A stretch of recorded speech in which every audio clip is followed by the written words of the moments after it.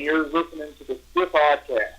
Lick my balls and suck my ass. This is Stiff Oddcast. Hello, everybody. Welcome to the Stiff Oddcast. We got Alan Orange here. Yo. And our guest, Andrew Hunter. How are you, man? I am good, fantastic, man. Very liberated, you know. Feeling liberated. We got some new changes, new things going on? Oh, I've always got something new going on. Of course. Tell us more. Yeah, man. I always got new stuff going on, you know. Just won that, I won the CCW Tri-State Championship, you know, at the beginning of October. So. Oh, Awesome. Shit. So Yeah, man. It's my first championship. So. How do you feel? Oh, my God, dude. How's that make you feel, man? Yeah, my first championship. Wow. Dude, I would be, I don't know, a hog in heaven if I was champion, man. I would leave the belt on all the time, man. Do you ever want to do that, just all the time? Oh, yeah, man. I had sex with women with the belt on, you know, that kind of thing. Just going to the mall with it on and shit? Not really, but yeah. I would, man. If it was my first title, I'd be like, oh, yeah. You know? I don't know, dude. Yeah, so, wait. So how many days have you held the title now? October 4th to now, so a little over 20 days. 20 days? Yeah, 21 days. Today's 26, right? I think today's Yeah. 26. Yeah, so Okay. yeah, 25 days. Wow. Well, that's good. That had to be a big change. Can you describe, how was that match going into it, man? It was a dog collar match. Oh, shit. Shit. Yeah. We totally missed out on that one, man. Yeah, man, it's on YouTube, man. There's like 4 different people posted it. Huh. Actually, probably one of the better videos is it's on YouTube. My brother's channel is Josh Inside Wrestling Crew. I think the channel is just Inside Wrestling Crew. But it's got great interviews with some indie guys, you know. He's got like interviews with Jim Cornette on there. Oh, shit. Dude, he preaches the gospel, man. Jim Cornette, Tracy Smothers, Ricky Morton. You know, it's good stuff, man. Whoa. Sounds like it would be. Yeah, and he's got actually CCW's last show. The entire show is on his channel. Okay. Whoa. Let's check it That's out. cool, man. How long has that channel been around on YouTube? I think for about 2 years. Okay. I think. He's got interviews with a lot of. You ever heard of Ian Rotten?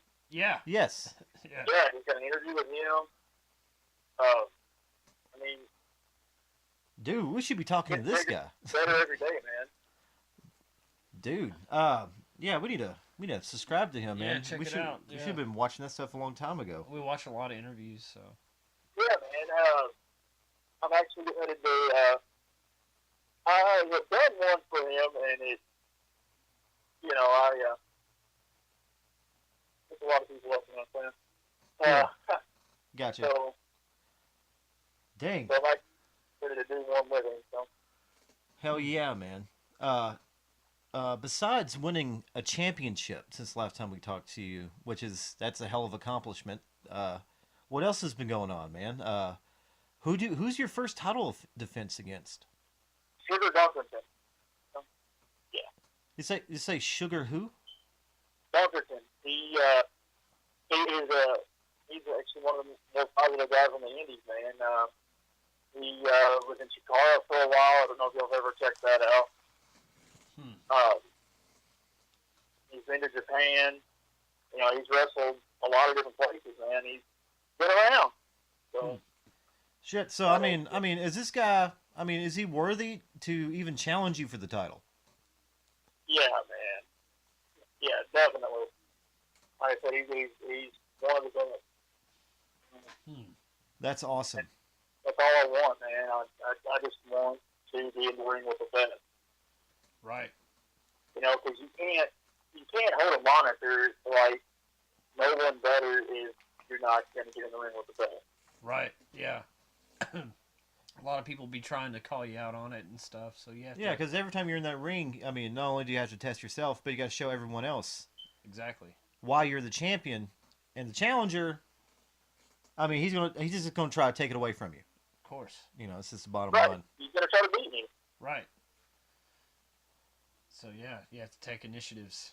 Yeah, it's like you always have, because you know your opponent always brings out the best in you. Of So course. Yeah. this hopefully you retain, man, because your name plus champion. Just I don't know, this has a certain ring to it. Yeah. I'm the second ever CCW prospect champion. Second ever. Yeah. Second only. Oh dang, dude. It was actually, I was actually in the first match for the title, actually. Okay. It was back in August at the J.C. Bailey Memorial Cup. We were the only match on the show that was not a tournament match. Oh wow. Yeah. Dude, I mean, how was that match? I mean, that's sure It what. was a four-way ladder match, man. It was fantastic. God, man, we saw a really good recent ladder match on television actually, with the tag team series with the Hardys and the Wolves and the Dudley Boys. Did you catch any of that? Dude, like, I haven't really watched a whole lot of wrestling here lately. You know, well, as far as like mainstream stuff, man, I've just kind of been busy doing my own thing. But it's trying to put off. I got working to get new merchandise out. You know, Yeah. trying to get my own little rolling. Like tonight, you know, I got a chance to actually sit down and watch the pay-per-view. I was like, I'm watching it. You know, like I don't watch a lot of current wrestling as far as WWE or TNA. Right. But, you know, it was cool. Like unfortunately, like, that spawned me wanting to watch this pay-per-view. I went home, you know, and because I had a death in the family, and I actually watched Raw that Monday night. Yeah, I'm sorry to hear about that, man.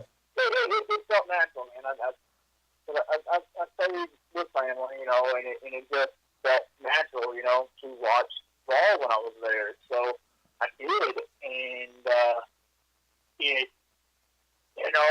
some of the segments piqued my interest for the pay-per-view, so I was like, I'm going to watch it, you know. And, you know, you got two guys that come from the Indies born and bred, you know, Right.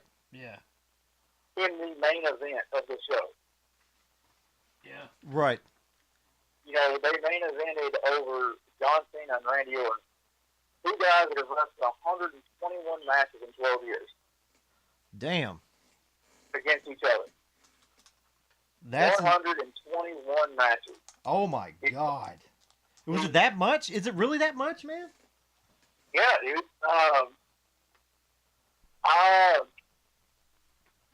The last time I counted, the guy that, actually, I know the guy that I've had the most matches with is Nick Depp, actually.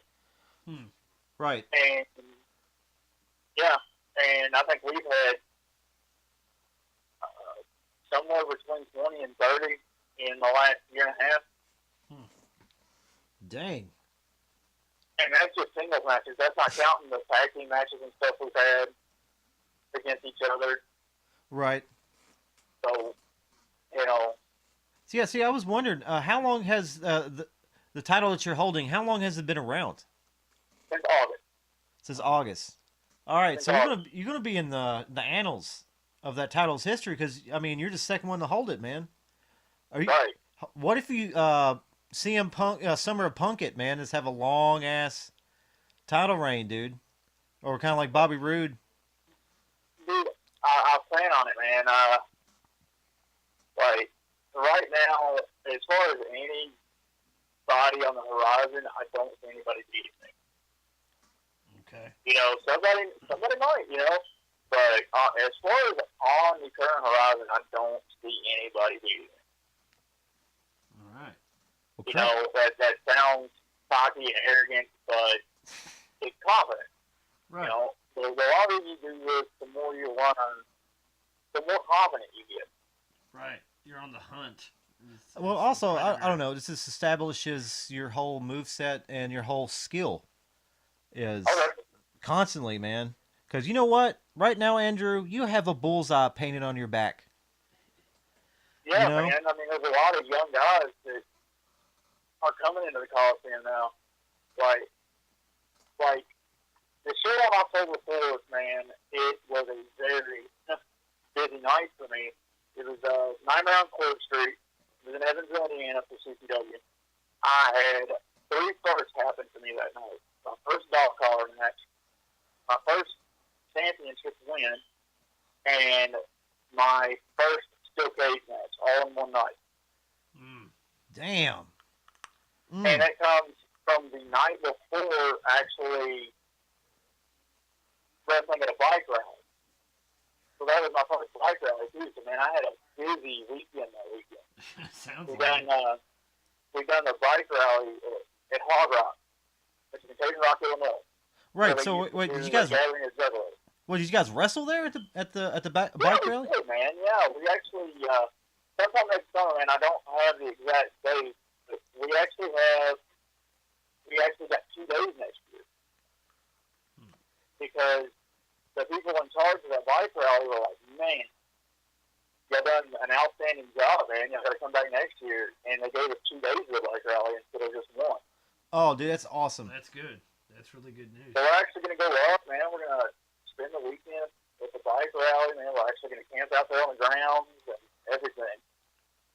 Dude, it reminds me a lot of Spring Stampede. I don't know if you remember those pay-per-views.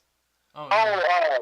Hog Wild was the one they done at the bike rally. Yes. Oh, yeah. Yeah, sorry. Got it mixed up. My bad. The Spring Stampede. Yeah. Because I know we're going to talk about Hell in a Cell because we all watched it. You know, we'll talk about that. But I want to explain to you the scenario of this bike rally. All right, we're in the ring, and you got biker guys and chicks like right on the ring. Right. Dude, it is the weirdest feeling. No guardrails, no nothing. What? Like we are in the ring, and they're right there. Yeah. And you know, like there were some guys getting grabbed, like in the ring, getting grabbed by these bikers, man, and getting pulled out of the ring. Damn. And it was insane. Dude, I mean, were they But really? There's one point in my match, I actually wrestled Shank, who I also wrestled in the dog collar match. Oh, yes. And we actually talked a little bit about Shank in the last one because I was getting ready for that big Cage Fish street fight, you know. Right. And As far as like, I don't know, what I can say about Shank. crazy, man. I actually at one point, so Shank has the out look. of the ring and done a suicide dive onto it in the middle of these bikers. I And mean, we literally just beat the shit out of each other. I mean, there's still a few bikers out there that play up the whole, drunken biker badass business, man. Yeah. I mean, it's all drunken biker badass business. it was. They weren't your Sunday bikers, man. They weren't your. Oh, I'm just gonna ride my Harley on the weekend. I'm actually a lawyer biker. They were. This is what we do. Man, I actually had some interesting stories that don't even involve the wrestling part of that show. I had actually separated my shoulder the weekend before, working for SMU here locally. Because I live in Shepherdsville now, so it's actually locally. You know, it was a fire department show in Shepherdsville, and guys come out and jumped me and gave me a pile driver. And it actually separated my shoulder. So I wrestled the following weekend. I had 4 matches all weekend with a separated shoulder. What, really? Yeah. I mean, okay, I can understand, like your shoulder. You say your pelvis? My shoulder was separated. Okay, I see. I thought I also heard something about you. I don't know if you injured your pelvis or not. No, I took a pile driver, and it, like I said, it separated my shoulder. So I was actually, taping my shoulder up. I was standing in, because we had to get changed in these trailers, man. No air conditioning. It was hot as fuck, dude. But, so I'm like taping up my shoulder. It was open, I look out the door, I see titties. I'm like, I didn't just do that. So I go back to taping up my shoulder. I look at it again, this other chick walks around, her titties hanging out. I'm like, this is fucking crazy, man. This is like before the show ever starts, anything like that. I get shoulder taped up. I walk out the trailer, man, go get some water, and there's this chick walks across the field just completely butt-ass naked. I'm like, this is insane. Dude, yeah, not a bad day at work. That's what I would say. That's No, interesting. but it actually took a turn for the worse, because the way they asked me that, about 30 minutes later, that old dude comes walking through naked. Butt-ass naked. Only thing wearing was a bandana on his head. Yeah, you could at least put the bandana off, you know, to make a little more sense, you know. Yeah. But it wasn't all like, oh, looky there. No. That's, you know, I guess that's the definition of taking a load off. I mean, it's Yeah, it's definitely really, a free spirit, man. yeah. But they're filthy bikers. I don't know. Like, it was definitely an interesting situation. So with the shoulder taped up, how did that affect your move list or your move set? Or did it? Dude, I had no chance to scout the other matches and see what the fans were doing, because me and Shank went up there and opened the show. Right. That's some pressure. You know, you're the opening match. There's two main events on a wrestling show: your opening match and your actual main event. Yeah, because it if sets you the go up there tone. and you have a match that's going to put people to sleep in the first match, they're not going to care about the rest of the show. Right. So you got to go out there and work harder than anybody. You don't have a chance to really feel out the crowd before your match. And, you know, you just got to go out there and do it. Yeah. So, are you saying that is your move set based off that a lot of times at a show? Say if the crowd's not so hot, do you have to dig deeper into your move set, or I mean, how do you approach that? No, I mean, I kind of got a in your face kind of style. Like I do have some pretty moves if the situation calls for it, but I'm more of an in your face, smash mouth, I'd rather punch you than look at you kind of style. Right. There's no I mean, sometimes there's just no elegance to beating someone down. Yeah. Actually, Nick Death found that out last weekend. We actually had a ladder match. Oh. Speaking of that ladder match, my Andrew. first show back there since I took that pile driver. Yeah. I was like, dude, I gotta take some time off. Right. Yeah, Andrew. I couldn't do it, man. Dude, I couldn't stay away. I mean, my shoulder still hurts, but I mean, I went to the doctor and everything. They said you haven't torn anything. You just kind of, you know, to heal on its own. Just take it easy, and I don't know what taking it easy means. Right. I I was thinking, Andrew, we should take a small break here. We're about hitting the 30-minute mark. Okay, man. I think we'll be back with the Stiff Oddcast. And we're back with the Stiff Oddcast. Andrew Hunter. With Andrew Hunter. Andrew, before the break here, we was talking about that ladder match. It was a ladder match, right? Yeah, man, it was a ladder match for the SED Bluegrass Championship. It was me and, you know, one of the guys, like, I've had, the RKG guy I've had the most matches with, and that's Nick Zepp.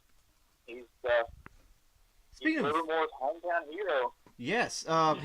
He also, first time we ever watched him wrestle, he was wrestling with an injury. We was talking about that shoulder injury earlier. He's actually was at the foot, right? Yeah, it was his foot. Yeah, I think it was at the Bowling Green show. He said he twisted his ankle, or it was his foot. Yeah, it totally was. The top of his foot was like purple. Yeah, it was pretty fucked up. It looked bad. Yeah, I think he either had to wrestle me like the night after, or I think it was maybe in the following Saturday. It was one of those two. I don't really remember. But yeah, man, he hurt his ankle pretty bad. Dude, yeah, there's Fandemonium 2014 is when You know, I think he took on the The Waddell show. yeah, Waddell's show. Yeah, took on you took on Chris. Yeah. Yeah, that was a really good match. But anyways, we're talking about this ladder match here, man. Yeah. Yeah, explain how you go. I mean, you've already had a few matches with this guy. How do you approach a ladder match with someone that knows your moves and you know his? You got to change it up on him, man. That's how you handle that. You know, I have a very unpredictable style, and since our last encounter before that, you know, I had acquired some new tricks, and it was a different version of Andrew Hunter than Nick had ever wrestled before, and you know, Nick didn't put any new tricks in his bag. You know, he just makes that I always said he was. You know, Right. the night before, he turned his back on the fans, you know. And, I mean, even to the point he made a little girl cry. Oh, wow. What? And, yeah, she was like 5 years old, man, and he made her cry. And she actually, the little girl always, you know, had my bag, man. You know, I'm a big fan, favorite there, man. And, again, like I was telling y'all during the break, man, I do this for the fans. And because without them, I wouldn't matter, man. I'd be a guy in a silly outfit, beating myself up for nothing. Right. Yeah. If you look at it strictly in like bare bones, black and white, view of it, yeah, I'm a bit kind of silly. But it, that actually rubbed me the complete wrong way, man. Like, me and Nick have had our ups and downs on a personal level. You know, that's kind of what, that kind of caused another fracture, man. And right now, I don't care for Nick very much. Not going to sit here and say he's terrible and things like that, because he's got some talent. But, it just rubbed me the wrong way, man. And that's, like I said, it's a completely different Andrew Hunter than he'd ever been in the ring with before. And even at one point, like, he suplexes me on the floor, right? Yes. And goes to, he kicks me in the back a couple times, grabs me by my hair, and turns me around and said, "You're a failure just like your father," and I punched him in the mouth. Oh, God. Yeah. And, and I come from a deep wrestling family, man, and the fans, especially here in the Louisville, Shepherdsville, Bullitt County area, man, Yes. they love us down here, and like, even in the video, man, I actually sent you the link to the video for this match. Okay. So definitely check that out. Yeah.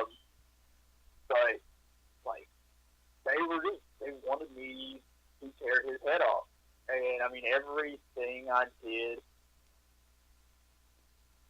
I was aiming to take his head off.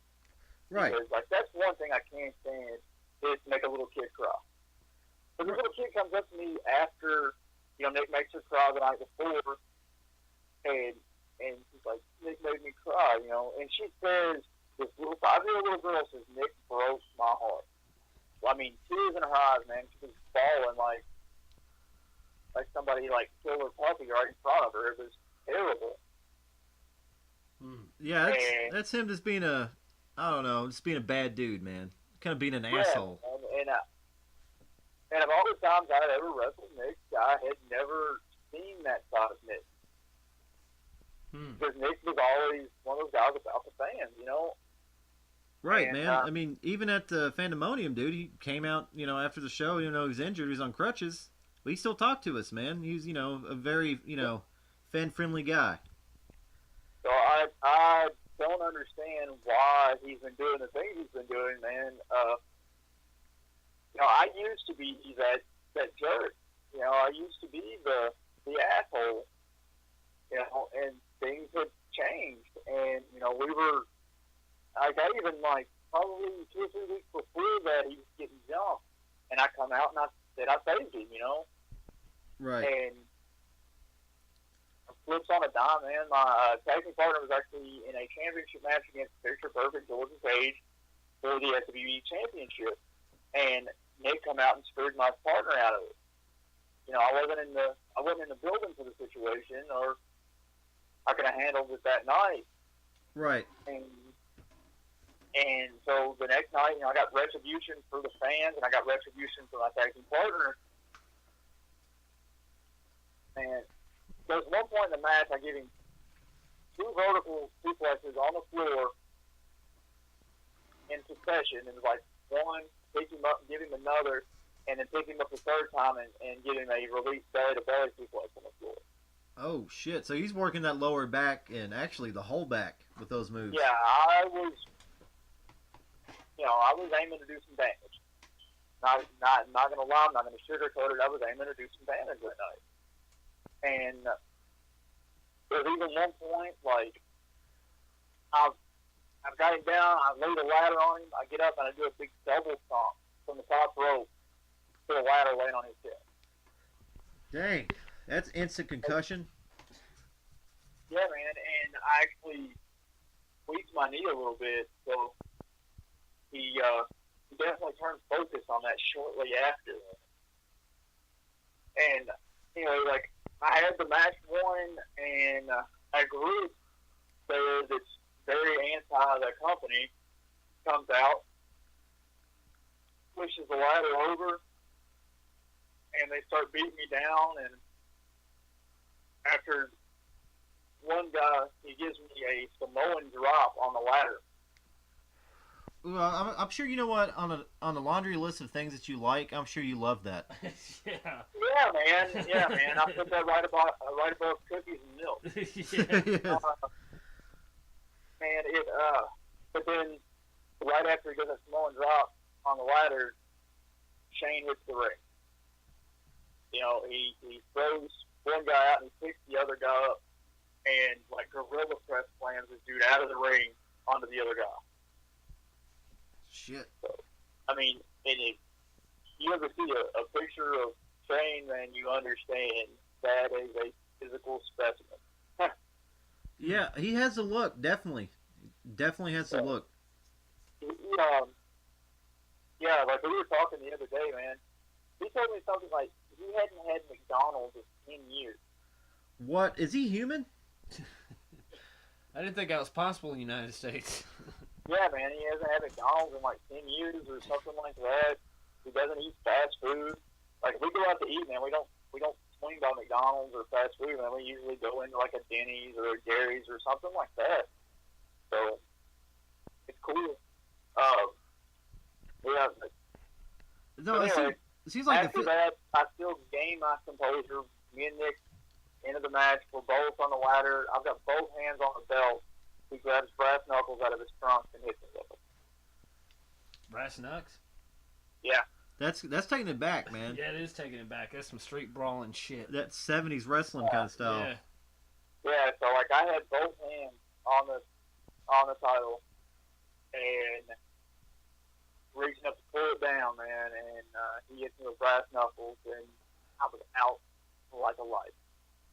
Yeah, I'm sure. There's nothing comfortable about that, man. Man.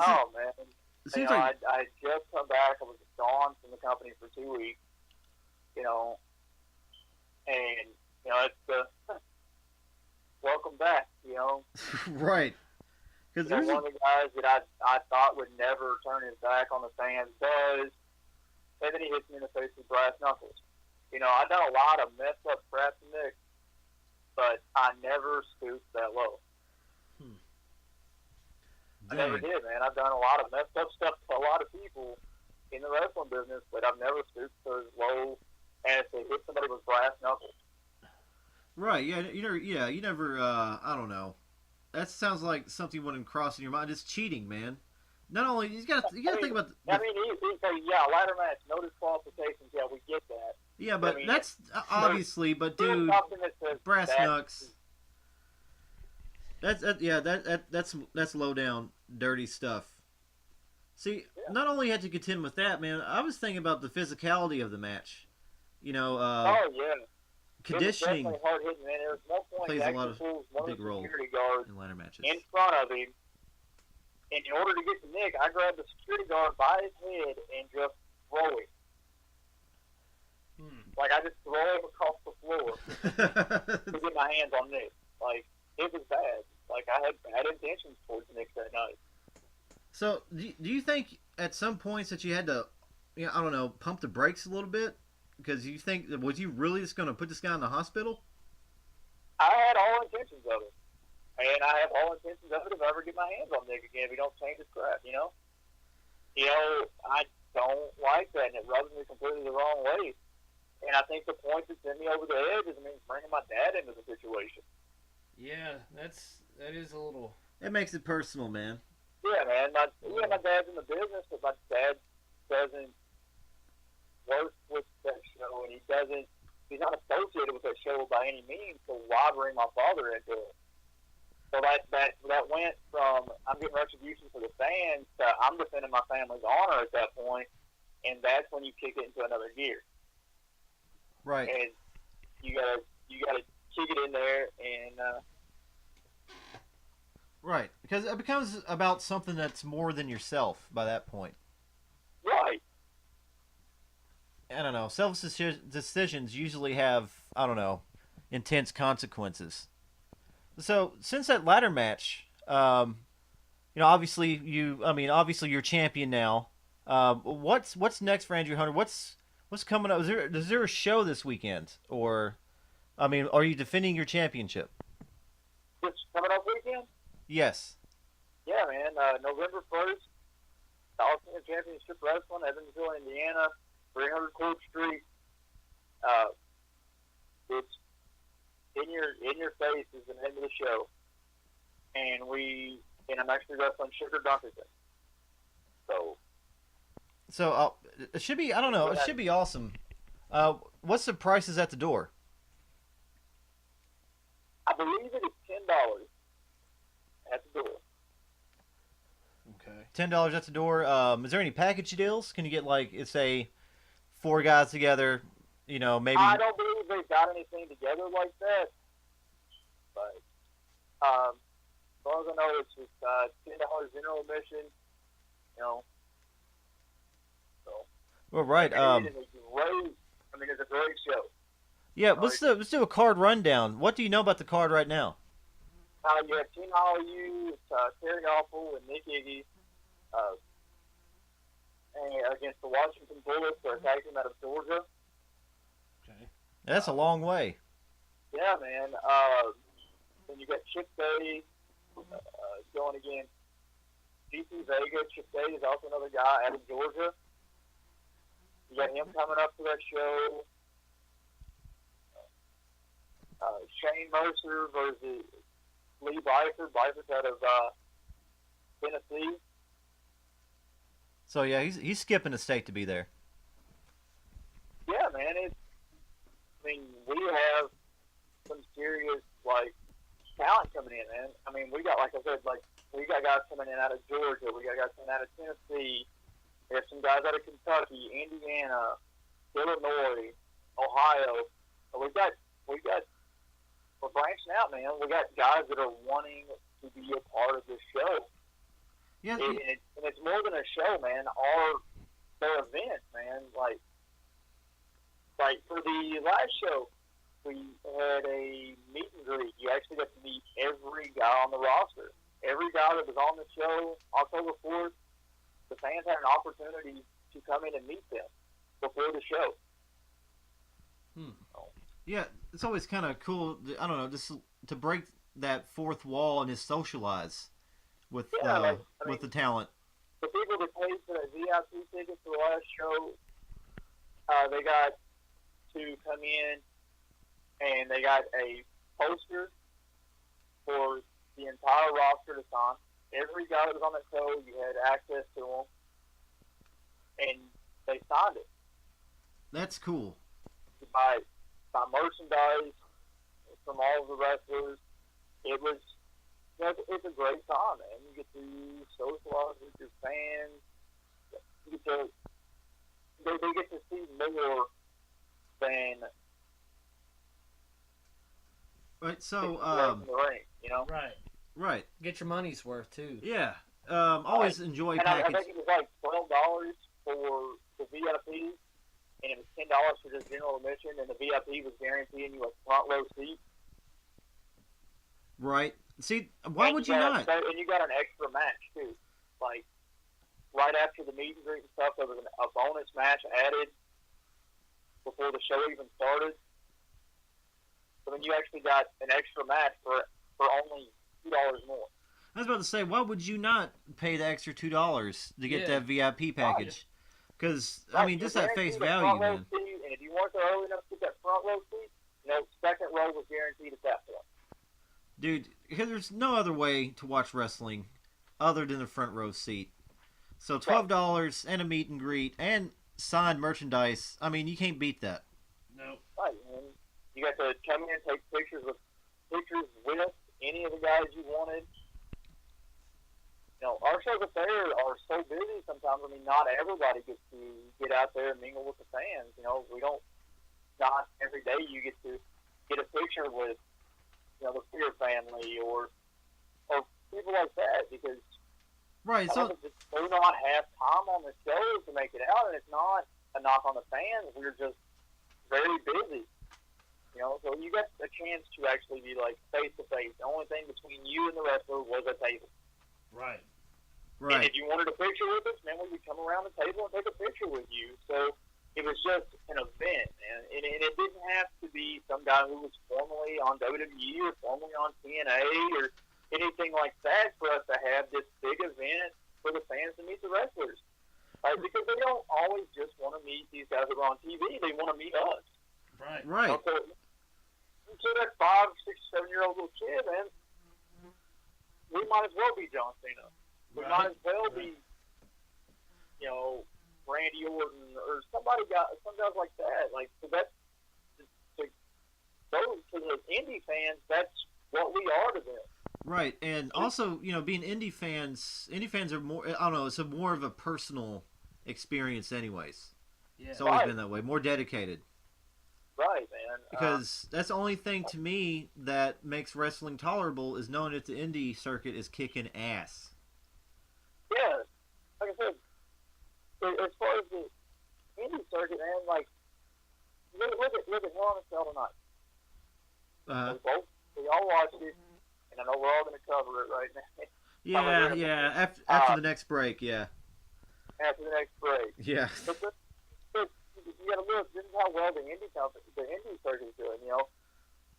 The guys in the main event were indie guys, man. They were the top independent. They were some of the top independent wrestlers. There it is. Away. Mm-hmm. And they main evented a pay-per-view over John Cena and Randy Orton. Well, Jesus, how many times have we seen Randy Orton and John Cena? Yeah. And that doesn't matter, man. They're main event guys. Yeah, I know. They are tested. That's what I like to see, man. They've been tested to draw. Right. So you've got these two guys that are independent guys who have only been as part of the Raw SmackDown roster for a little over a year. Yes. Yeah. So that, and only been singles guys since I think April. Right. Yeah. I mean, still broke up March or April or something like that. I don't really remember, but yeah. When did Seth Rollins win the Money in the Bank? When was that? I can tell you how long it's been since then. July. Yeah. Oh yeah, it's been about I guess basically the whole summer they've been separated. Yeah, it's been the summer, so they really haven't been tested as main event draws, as far as being singles guys. So that's something. Yes. Yeah. And Before we take guys this, that are using time too, they've been guys that have been tested on the indies. Right. I mean, you got Kenta and Prince Devitt, who are from Japan. They're from New Japan, I believe. Who got signed. yes, And Kevin Steen, who's one of the most popular independent wrestlers in the United States. Ring of yes. Honor. We'll get into that, Andrew Hunter, after this next break. But before we take a small break, how much would it cost to be put through a table at one of these shows? What if I gave someone $20? would that work as a VIP ticket? What? To put you through a table? Yeah. Yes. Oh shit. Can we make this I happen? can put you through a table for free, man. It ain't a big deal. It's all about quality over quantity, man, and especially nowadays with people's attention spans. You gotta hook them quick, man, with good quality moves. It's because you gotta prove to them that you know what you're doing in a short amount of time. Right, exactly. Like for example, I was on a show probably 3 or 4 months ago. The show went for like 4 hours, and I'm like, this is too long. And I looked out there in some of like the matches in the middle of the night, and fans are on their phones, Facebook, and tweeting something. And I'm pretty sure they're not tweeting, "Oh my God, this is the best wrestling match I've ever seen in my life." And it's Yeah. dude, just wrap this shit up and let's go. Let's get on with the main event before they're stupid. Right, they're just milking it, man. It's like sometimes. Especially on a Friday night. For example, Friday night, people got off work and rushed to get to the show. So they're tired. Kids just got out of school, especially some of your kids just got out of school. You know, kids have been in school all day. Let's get this shit going. Right. I don't know, dude. People just lose interest, man. Like I was about to say, a good pop song or a rock song should probably be, around the 3-minute mark. 3:30 maybe. But after that, a good pop song should never go on that long. No. Like a good speech should be to the point. Songs, they don't have an amazing solo. It's not like you're listening to fucking Freebird. Right. And you can have an 8-minute long solo. But it's like, and especially with Friday night shows, man, it's like that actually feels out of audible even. Especially with the boys in the back. It's like, for guys like me and Shane and guys like that, it's like, dude, we got to wrestle tomorrow. Like, we have to get out of here, get some rest, and go to the next town. Like, it's not like, because, I mean, most of the guys on those shows, like, that's all they do. They do that show, and they do it once a month. But guys who get out and are here, there, and everywhere, man, it's like, us, we ain't got time to be here at 1 o'clock in the morning. Like, home. Yeah, just gotta, I don't know, just be efficient in the ring. I guess that's the phrase I should use, or both of us should use, is be efficient. Because you got to move on. Like, you can't just dwell. I mean, sometimes a battle could last that long, but I don't know. Sometimes it's got to wrap it up, B. Yeah, wrap it up, B. Okay, we're moving on with the card. Wrap it up. All right. Hashtag that on Twitter as well. Follow me at AHs now. Hashtag no one lesser. Yeah. Okay, moving on with the card, man. We got Goldust and Stardust versus the Uzos. The Uzos are awesome, dude. They are awesome. Yeah, they're great, man. Probably one of the best tag teams out there right now. And you can't take it away from Goldust and Stardust. Oh, yeah. It's kind of hard for me to call him Stardust. Yeah, I know. Cody Rhodes. But when he becomes Stardust, dude, like, I had one of those moments. I'm like, this is kind of cool. Yeah. Because, I wanted to see some personality from Cody Rhodes because I think Cody Rhodes is outstanding talent. Yes. And it's like, I just wanted to see some personality out of it. Yeah. And if he had to go the Goldust this route, fuck it. I believe Goldust and Stardust won, right? Yes. Stardust, he kicked one of the Usos. I don't know which one, the twins, so it sucks to have, especially like at the end of matches like that when shit like that happens. I don't remember which one was in the ring. I don't remember which one took the pin, but the Usos lost. It was a good match. I love tag team wrestling. I'm just now dabbling in that a little bit, so I love tag team wrestling. It's an art form, and very few people can do it now. Right. Back to Goldust. I think he's wrestling better now than I think he's ever wrestled in his career. I agree as well. I agree. He's pushing it, man. He's kick. I mean, he's in great shape. You know, it's so weird because Goldust is one of those guys, like, when he leaves and comes back, he's always in a different kind of shape, Yeah. both geometrically and physically. Yeah, because sometimes that jumpsuit doesn't fit well if you Yeah, had a beer belly. And when he came back this time and he looked healthy, and I was like, wow. And he was wrestling better than he did in the 90s, man. He was wrestling better than he did when Goldust first came out. He's having better matches. Yeah. You know, he's a tag team wrestler. Tag team wrestling in the mainstream is not important right now.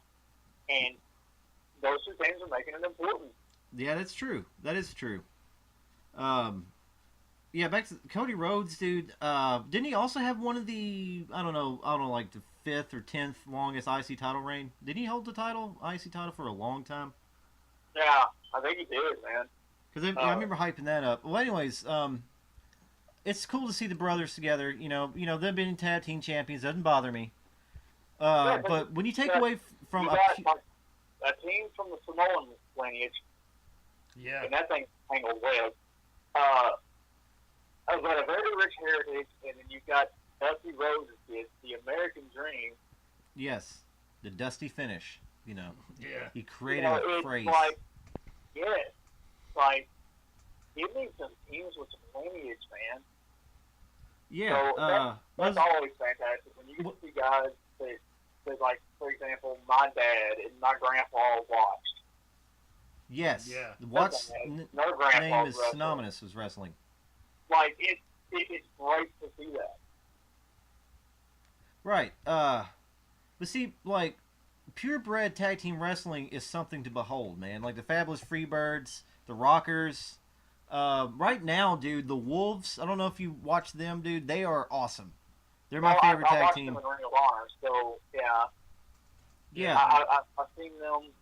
that's where I first saw them too, man. I'm not big on TNA, and again, like I said earlier, I'm not big on WWE stuff. So it's like, Dude, it's mainstream wrestling is terrible, but to me, I think TNA personally has a better wrestling product because they have more wrestlers that I like. Bobby Roode, Austin Aries, Samoa Joe.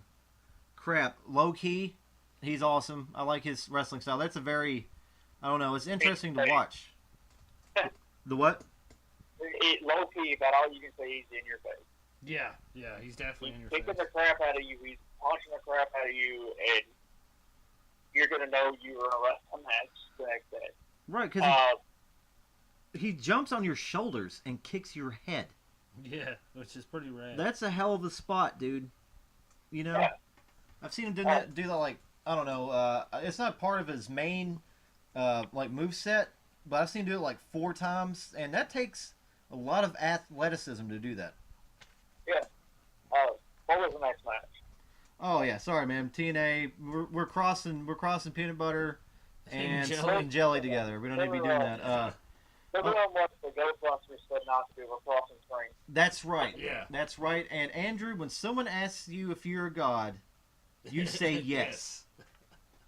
Oh yeah. That's the golden Exactly. rule.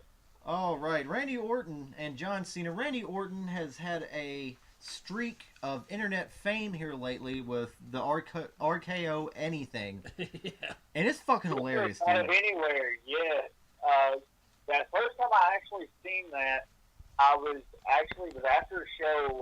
Me and Shane were a friend of we were friends of ours, and he goes, "Dude, you gotta check this out." And I look over, and he's like, "Is Randy Orton like RKO people out of anywhere?" And it's just people like falling off skateboards and bicycles and just doing something stupid, and they fall, and it's like, this is the greatest thing I've ever seen. I know, It's dude. hilarious. The JBL clotheslines from hell thing that sprinkles in there is fucking hilarious too, man. It's like the soccer RK. Back to Randy Orton's, man. The soccer RKOs are the funnest, man. Yeah, because they're all. I haven't seen those. Now I'm gonna have to look. Yeah, Dude, there's another one. RKOs where he catches the guy and he like does like the header and he catches him in the RKO. yeah. Yeah. Dude, there's a lot of I don't know, man. But good for Randy Orton because you know what? I love Randy Orton as a wrestler. He's just in a shitty position to me. where he knows everyone's tired of seeing him and Cena all the fucking time. Well, But and they're doing it's like a changing of the guard thing right now, man. You got Orton and Cena going out, man. yeah, I will get Cena this all day. He is the best professional wrestler of our generation. right. That's fun. We talking about Randy Orton, right? No, I'm talking about John Cena. Oh, And John Cena. This is why the man makes money. And Right. at the end of the day, the key word in wrestling business is business. But If see, you ain't making money, dude, you ain't I'm making perplexed because most of the live appearances I've seen in pay-per-view, he gets a pretty overwhelming mixed reaction. I just find it strange that they keep him in the picture for, 11 plus years now? Top Yeah, dog. He's been on top for too long, man. I think other than Hulk Hogan, I think he's had the longest run as being the guy. Yeah. That's one that's synonymous with. Like, I mean, who's he blowing? Because You what? I mean, because no one has been that protected. They're that long in wrestling ever. I've never seen that before. No. Even I Hogan don't- knew when to I give don't it up, even dude. think he's that protected, and he's a proven commodity. But see, okay, do you not What's the think deal? if they Like, is he second Shawn Michaels or even Dolph Ziggler in the ring? No. like? Well, what I'm saying is, I think they could have picked. done with 5 or 6 moves what Dolph Ziggler and Shawn Michaels done with like 30. You know what I'm Right. saying? Right. So in reality, who is the better wrestler? Who is the better entertainer? See, because I think the Daniel Bryan thing was a missed opportunity too that they didn't maximize. I mean, it sucks. He broke his neck. It's You know, like, damn. It's like here's some good shit, and we're taking him off TV. And then he gets off TV. You know. It's like his dad dies. He broke his neck, man. So if he had to, he just had much of a choice. I You don't know, think they he didn't really want to have broke his another neck. Edge situation where he has to retire as champion. You know, I just think it was a safe business move to put the title back on Cena and to Lesnar, obviously, because Lesnar is convincing. And I don't know, the whole point of this match is to get the number one contender. Lesnar as champion. The what? Here's my problem with Lesnar as champion. Yeah, it's like title match tonight. it's like even okay, Cena winning this match to me, it's just like okay, whatever. But he already overwhelmingly, convincingly got his ass handed to him by Brock Lesnar. And if by any chances, stretch of imagination, that John Cena beats Brock Lesnar in their match, Lesnar's UFC's that's gonna hurt. I'm done. Yeah. I'm just giving it up, dude. Lesnar lost. The what? I mean, Lesnar lost to in the WWE, so it's not that big of a stretch, man. God. It's I don't know, man. I'm a big fan of vitamin D whole milk. If I drank it every day, every morning, eventually I'd be like, you know what? I want some chocolate milk, or I'm gonna put some strawberry mix in here. Yeah, mix it up a little bit. It's just sometimes The same thing Cena every is a day cancer to my and eyes. like it. Yeah. Like, for example, like, it's going to sound weird to me being an athlete and all. Dude, I love pizza. I love pizza. So it's like, but if I eat pizza every day, 3 times a day, it's like, ugh. Yeah, you I get don't, tired of it. I don't even want to see a fucking pizza. Yeah. Yeah. Yeah, I mean, the match was good. Cena won, right? Yes. Yes, he did. Yeah, Cena won. So, I mean, it was a good match, and it would have made no sense for Randy Orton to win. Yeah. See, that is also true, man. I mean, what is he? He has no horse in this race, really. Yes. So basically, the most predictable turnout of the night. I think pretty much Yeah. a blind squirrel could have been like, oh, John Cena's gonna win. So, I mean, it wasn't that big of a shock, but they went out there and probably had one of their best matches. I mean, Well- they've had some outstanding matches, and they've had some really not so outstanding matches, i.e. Royal Rumble this year. Yeah, I mean, I'm sure they can do this in their sleep now, man. They're doing house shows of this. They're doing pay-per-views of this. They're doing Raws of this. I mean, they can just turn off the lights, take a nap, and just wrestle in their sleep. They know each other's moves pretty well. Yeah. now, yeah. Right. I think I read something. It was our 121st match. Yeah, we was talking about that earlier, man. I was like, Yeah. what? Hopefully we don't have to revisit this another 121 times. It's something like that. Hopefully the new guys can take it and run. Right. And, All right, we'll just move on. I mean, but you have any final thoughts on that match? I mean, you say it was one of the better matches that they've done. yeah, it was definitely one of the better matches that they've had. All right, moving on to the Sheamus. It was definitely cool to see that happen. It was like the consolation prize. So it was like, I wanted to see Dean Ambrose and Seth Rollins in Hell in a Cell. So in order for that to happen, after they announced that Randy Orton was going to be in a match with the loser of Dean Ambrose and John Cena, I was like, okay, I know in order to get this match, I'm going to have to see this match. So it was, but I don't think they've ever wrestled in Hell in a Cell before. So it was a different aspect to the John Cena Randy Orton match that didn't exist before. They should just call it Heck in a Cell, anyways. No, fuck it. Call it Hell in a Cell. I mean, This what- PG era shit. yeah. When's the last time anyone's been on top of the cage? Tonight. Tonight? We'll get there. They were on top of the cage. We'll get there. Oh crap! All right, we're Don't skipping blow along. my load too early here, man, because I'm about to drop some knowledge on you boys. Okay. All Okay. right. The next match I think was the Rusev Big Show. Well, from what I got listed here, I think it was the Sheamus Miz United States Championship match. Speaking of two Oh, yeah, nowheres.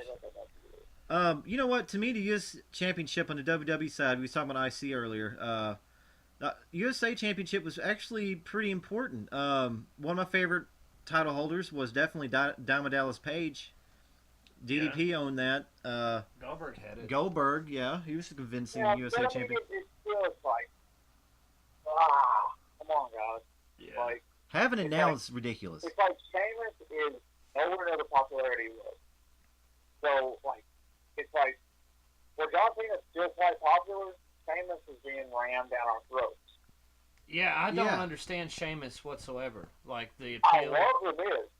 Yeah, me too, dude. He's kind of just It's like in the back burner. Sheamus is like, I love the stuff that Ziggler and the Miz have done, and I was wanting to see some more of that.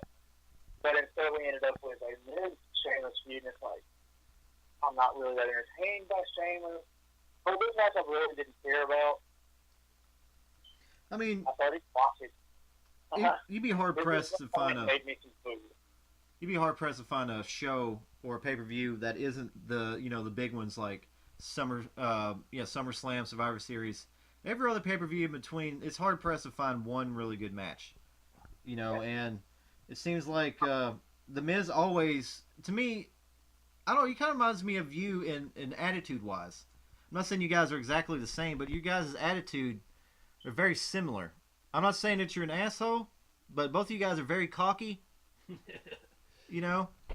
And that kind of attitude is kind of rubbed off into the Miz's character so well, but now he's just not used. And him versus Sheamus there's no impact there. No. Yeah, it's like you got one guy who is he's okay on the microphone, but then you got another guy that can like run circles around him on the microphone. Yeah. Yeah. So it's like it's a very one-sided situation. Yeah. All right. Actually, Andrew, we're going to take us another small break right here, and we'll finish off the rest of the card for Hell in a Cell.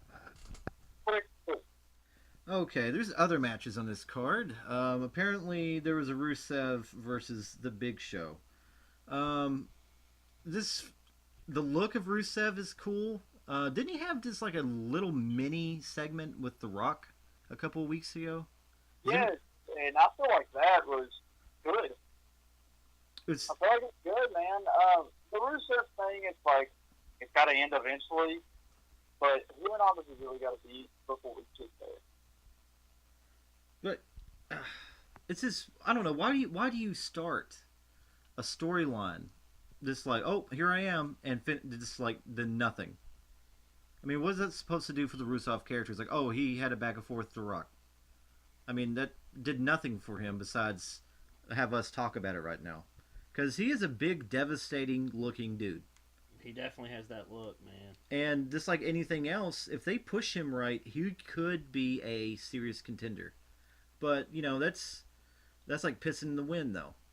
Talking about who gets the right push or not. Right. And the Big Show, come on. Jesus Christ. Like Mark Henry, I don't really know anyone on the face of this planet other than the Big Show's family, maybe Mark Henry's family, that wants to see these guys anymore. I mean, I think Big Show just is getting to that point where he can't work that well. I just don't see him being an entertaining figure, you know. I don't know, but that's a matter of opinion. You know, they might see an opportunity to make dollars there with him. I don't. So, Did you watch that match too, Andrew? No. Okay. I don't think anyone. I don't know if that helps at all. Did you guys watch that match? Yeah. I'm just telling. I mean, you know, I'm sure Big Show didn't pull off anything that we haven't seen him do a million other times before. So. I'm thinking that Rusev won. Well, it's good that Rusev's getting his little. Yeah, because what does the Big Show have left to prove by this point? Yeah. He just shows up and does the job to Lesnar. Kind of a guy. It's like, yeah, we can have Rusev beat him here. It's still impressive that he's still the Big Show. Right. You know. And so Rusev won. Yes. The next match was what?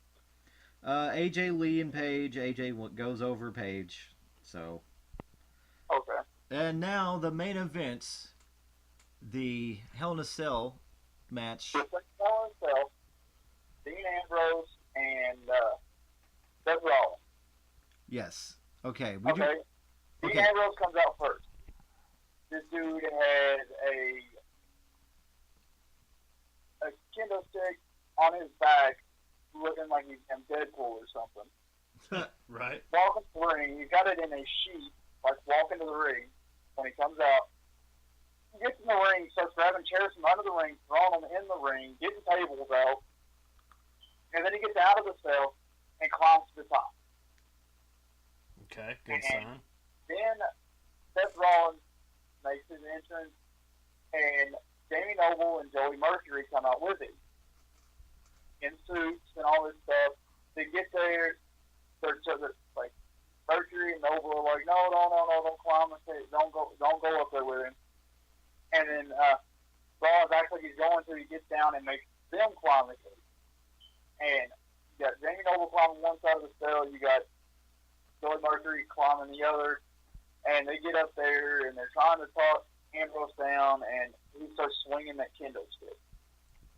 Oh. And he starts swinging it on them, and then Seth Rollins comes up and stops him. They fight on the top of the cell a little bit.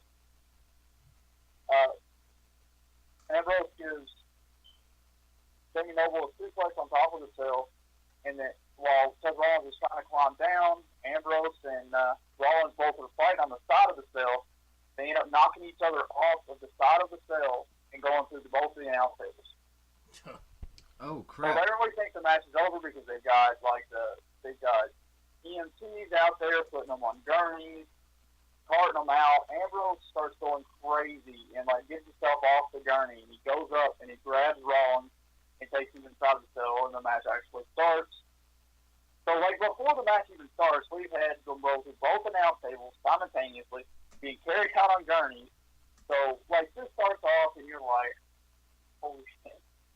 So like, and from there, I mean, it's just Ambrose beating the hell out of Seth Rollins. Anyway, Seth Rollins hits Ambrose with a curb stop at some point. I mean, after Ambrose was hitting with chairs, like he hit him in the back with a chair like 15 times. I'm like, God.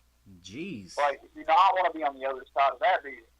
But Seth Rollins pulls up the curb stomp out of nowhere, goes to pin Ambrose. Ambrose kicks back.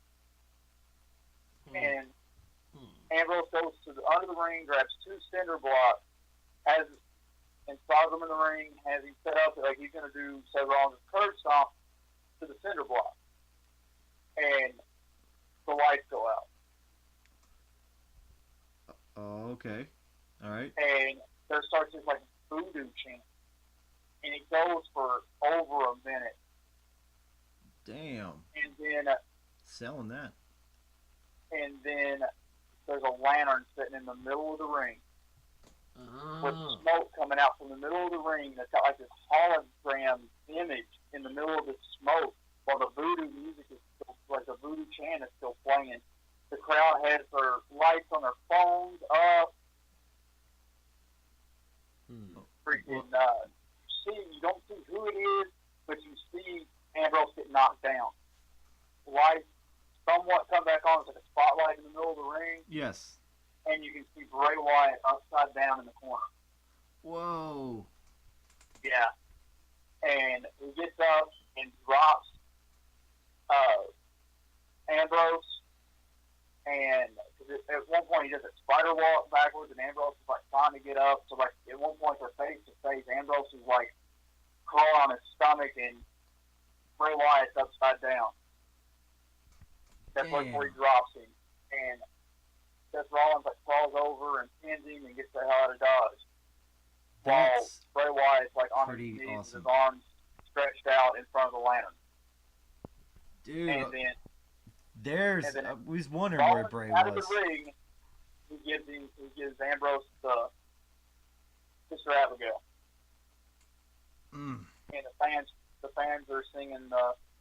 He's got the whole world in his hands, That's and awesome. that's how Oh. the pay-per-view goes off. That's wow. That That's was a good. That's a great way to end a shitty show. Yeah. That You know what I'm saved saying? it. That 'Cause, saved the whole thing. Like didn't they gave us Bray Wyatt. We was just Yeah, asking he about had a that. main event capacity. That's awesome. That's old school, man. I mean, So as far you as had- like Undertaker you had kind of stuff, almost. No Wyatt family, but you had Bray Wyatt. And from what it looked like, you got a sadistic Bray Wyatt. Gosh, yeah, because he's It's flying that kind solo. of- He might be good, he might be bad, Bray Wyatt. You got the one like, holy shit. Like, he just fucked up the main event, man. He just come out here and just screwed Dean Ambrose. Why? Damn. Okay, we should Can you definitely imagine watch these that now. promos back and forth between Dean Ambrose and Bray Wyatt? Dude, yeah, because, gosh, those are two guys who are actually good on the mic and can actually wrestle. Yeah, Can you yeah, imagine that? So I'm interested where they're going with that. And see, now you understand why I didn't want to cover the Bray Wyatt stuff before we covered the. Yeah. Yes, that explains it. Good. He deserves to be in that Yeah. that area. Yeah, and obviously the top guy that the fans want to see is Dean Ambrose. So who better to put him in the ring with? I know. Because, like, Hottest match of the night, and you end it with a Scrooge job, basically. which is classic, dude, because that makes Raw And you kind want to of know more why, interesting. and you want to know there was no definitive hint. So Seth Rollins did not beat Dean Ambrose. Bray Wyatt did. Right.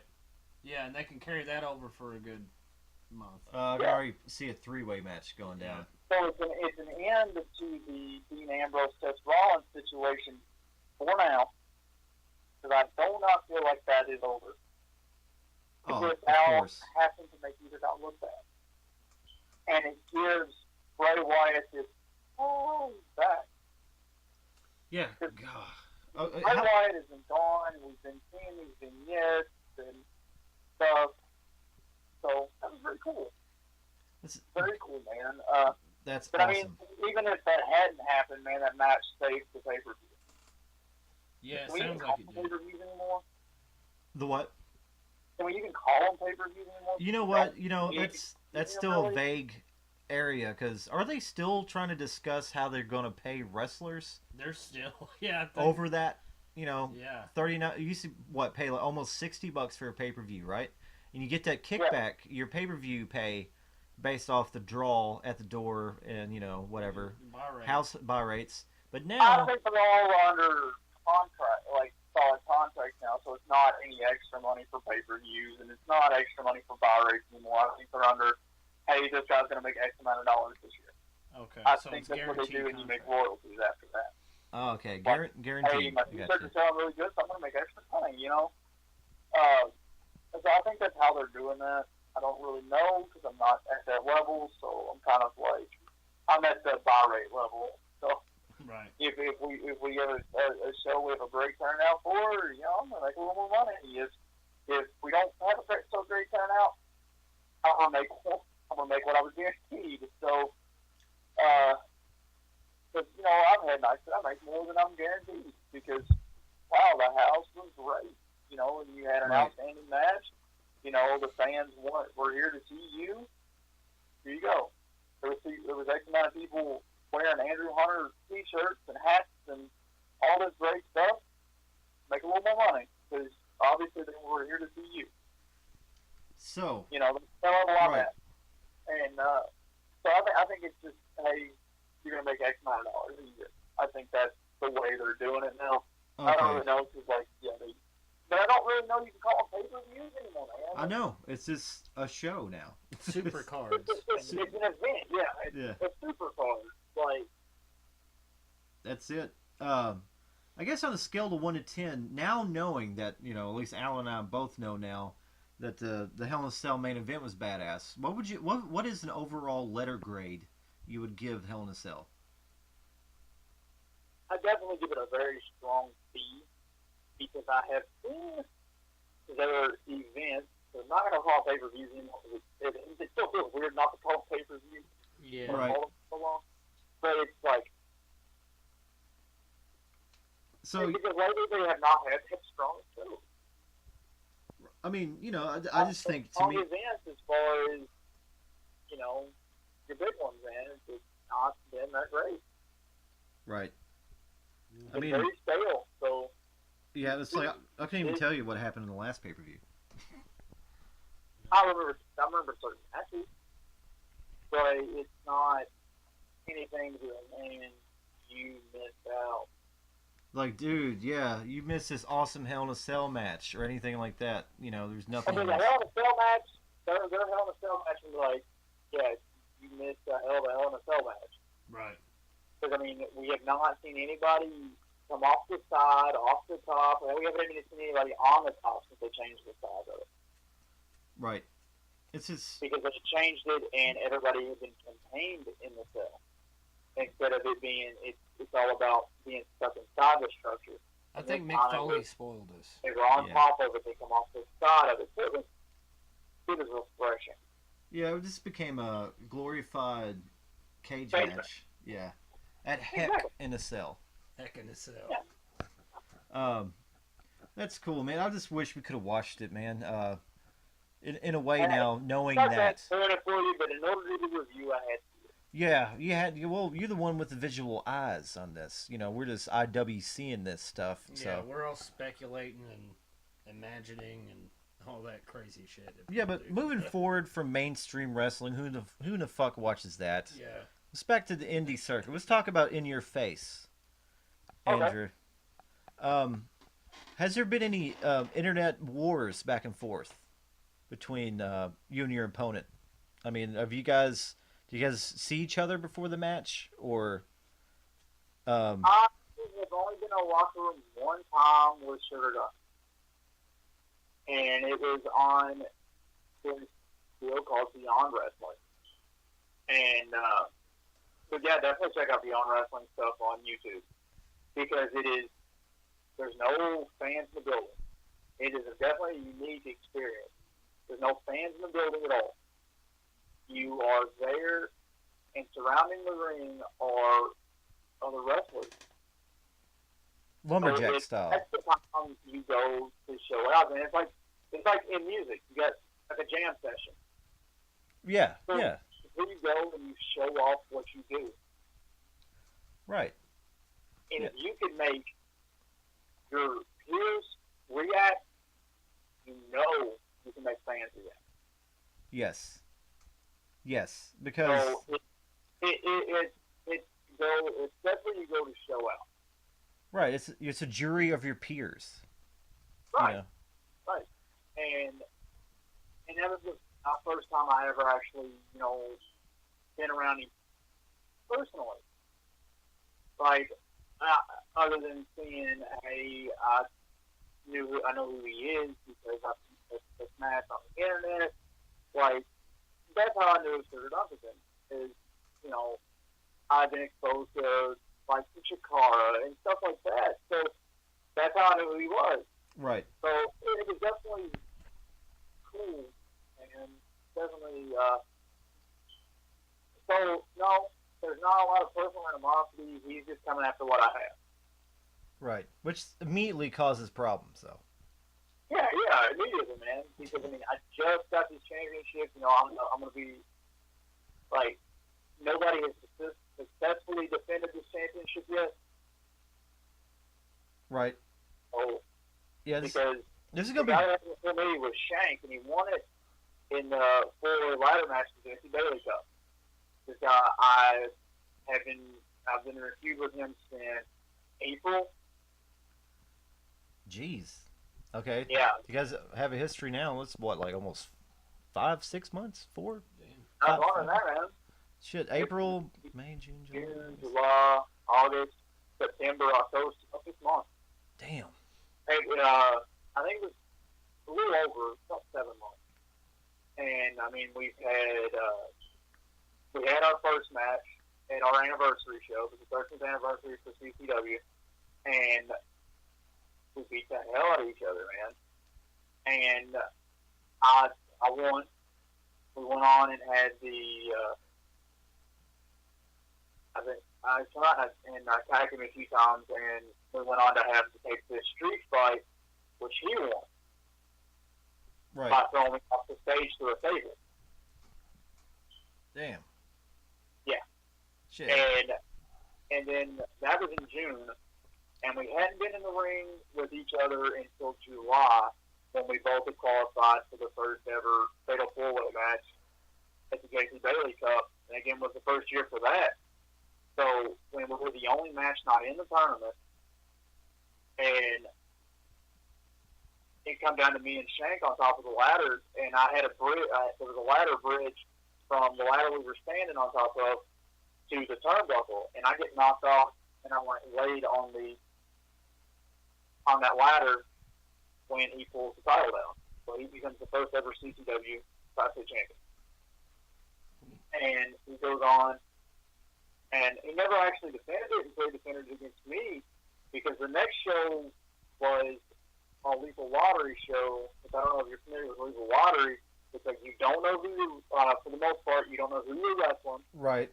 Yeah. Randomly, one person's name will be drawn, they'll go to the ring, and their opponent will be drawn. Yes. But I was actually in the first match tonight, and my match was announced. It was scheduled.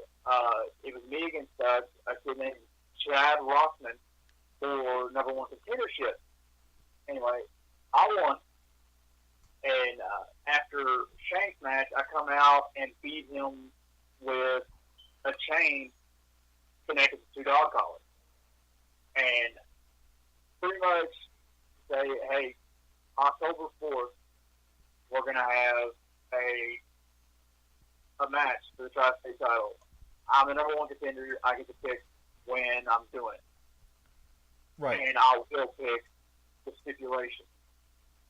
And told him that we're having a dog collar match. On one end will be a bitch, and the other end will be a werewolf. Yeah. Fun to look at. And the next show, I go out and I beat one half of Team IOU, which was Nick Iggy. And one of the best tag teams, by the way, out there on the indies today. Definitely go check their stuff out. I'm really big into tag team wrestling. Type in Team IOU and enjoy, man. Some of the best video promo work. Man, they are an outstanding tag team. So about having that chemistry, man. We'll get into some more of what we got going on at CCW outside of what I've got going on. Right. And so I come out with a strong win.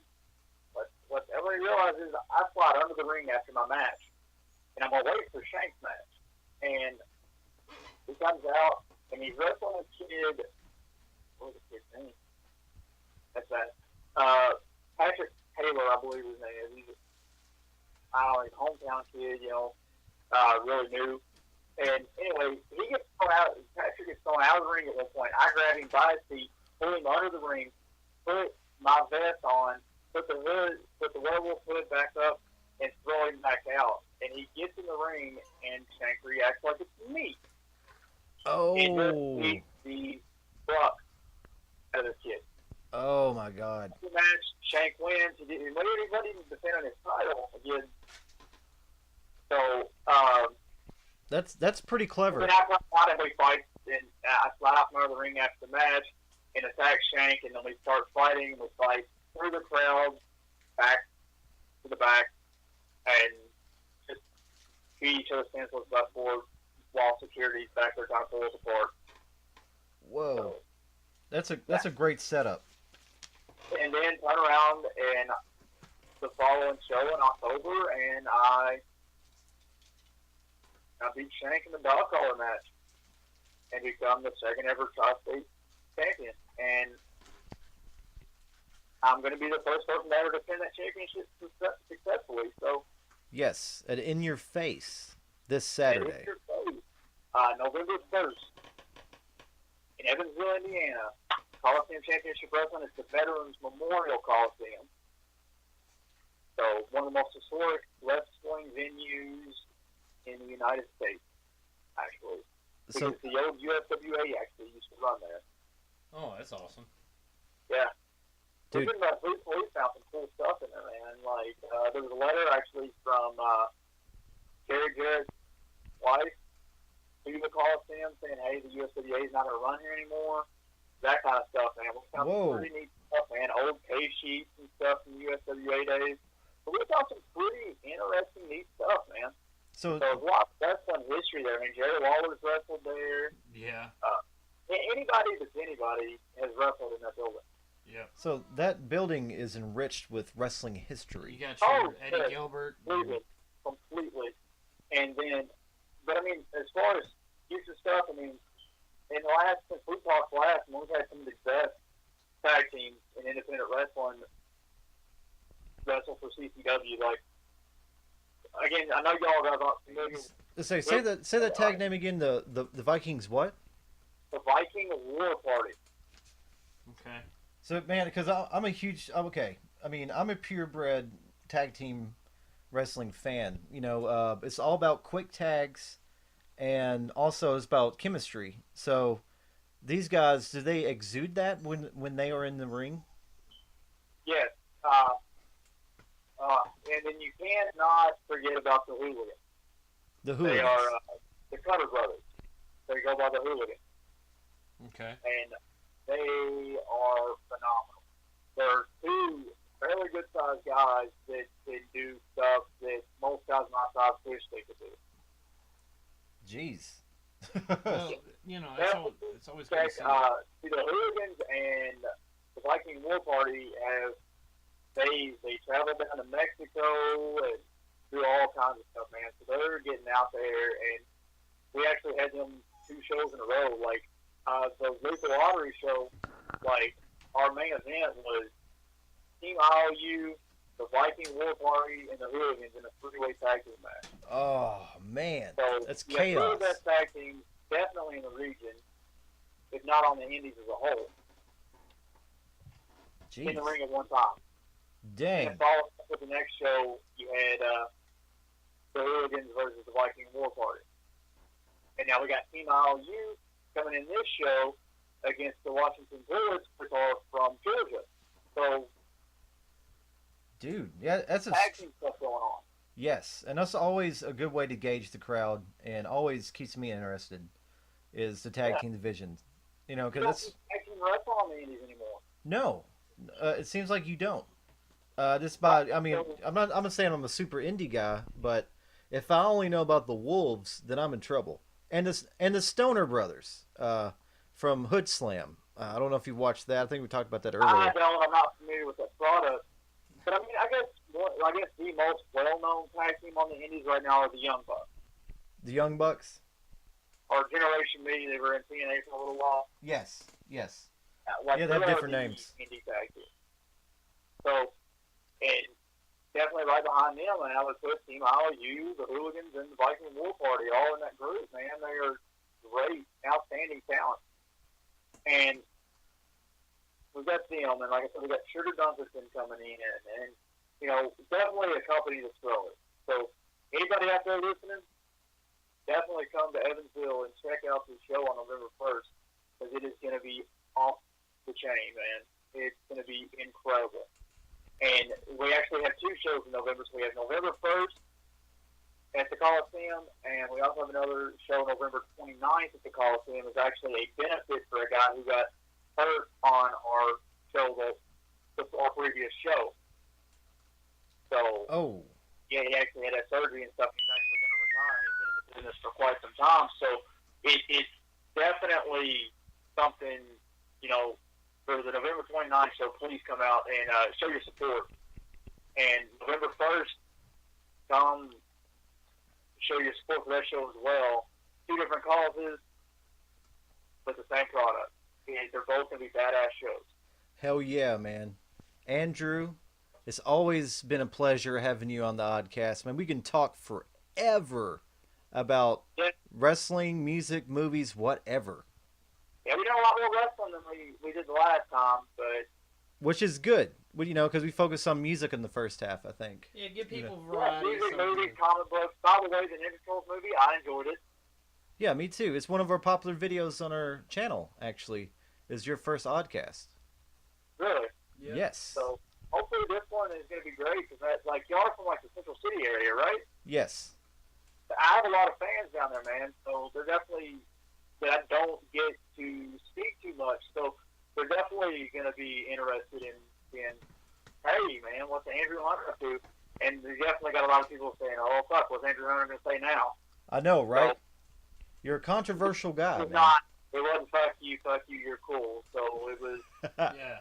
I think they're going to be, like, kind of let down as far as Andrew Hunter didn't do so much crazy stuff this time. But, you know, drop some good information on you guys. Yeah, man. It's about conversation. That's all these Oddcasts are about, is just talking, man. Yeah, it's just, socializing. Conversation's interesting, as we said. Yeah. But, So I think our next date is for what, the Survivor Series, right? yes, sir. I'm actually gonna watch it. Then we'll definitely talk about Yeah. it. We'll talk about watch it. I'm actually gonna watch the kickoff show this next time, so be tuned for that. Yeah. The night after, or the night immediately following Survivor Series, a yard down. Yeah, We'll work do out the call something. so the things fresh on our mind. We don't have a billion things we got to cover before we get there, so we can actually just kick right into a Survivor Series review. All right. Yes, man. You hear it first. We got an episodic area here. With Andrew Hunter. With Andrew Hunter. Like I said, man, we'll do this again. And this has been the Stiff Oddcast. Like and subscribe to Andrew Hunter on YouTube, and then also the Stiff Archives. Yeah, and don't forget to follow me on Twitter. Make sure I'm trending whenever this video airs, or whenever this podcast. Yeah, whenever this. Andrew Hunter. Follow me on Twitter, Instagram. AH is now. It's really not that hard. YouTube's the same thing. AH is now. And go like me on Facebook, man. It's facebook.com/TheRealMisfitMessiah, because there's only one. So. All right. Well, thanks your for chilling feedback. with us and talking with us. No And, problem, man. Yeah.